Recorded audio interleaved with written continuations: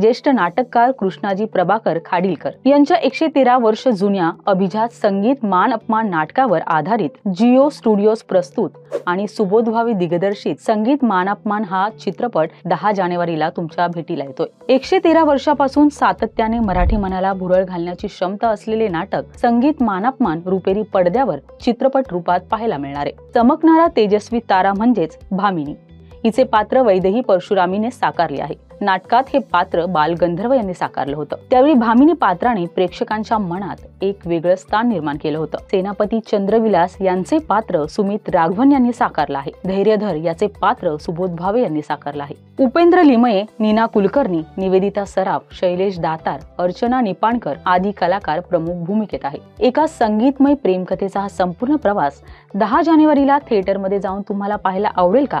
Comment करून नक्की सांगा।